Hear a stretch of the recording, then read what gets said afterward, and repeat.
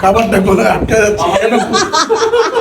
ও মা কি এমন খাবার যেটা গলায় আটকে যাচ্ছে? ওয়েট আপনাদের প্রিয় ক্ষুধা লাগছে তো শুধু অন্যদের খাবারের রিভিউ দেয়, বাট আজকে ও ওর শ্বশুর বাড়িতে কি রান্না করলো এন্ড সেটার রিভিউ কি, let's find out. So hello everyone, this is Tasu and welcome to a very special blog যেখানে ফাইজার স্কিলস এন্ড ও কি পেলো সেটাই দেখবো। সো আর দেরি না করে লেটস গেট স্টার্টেড।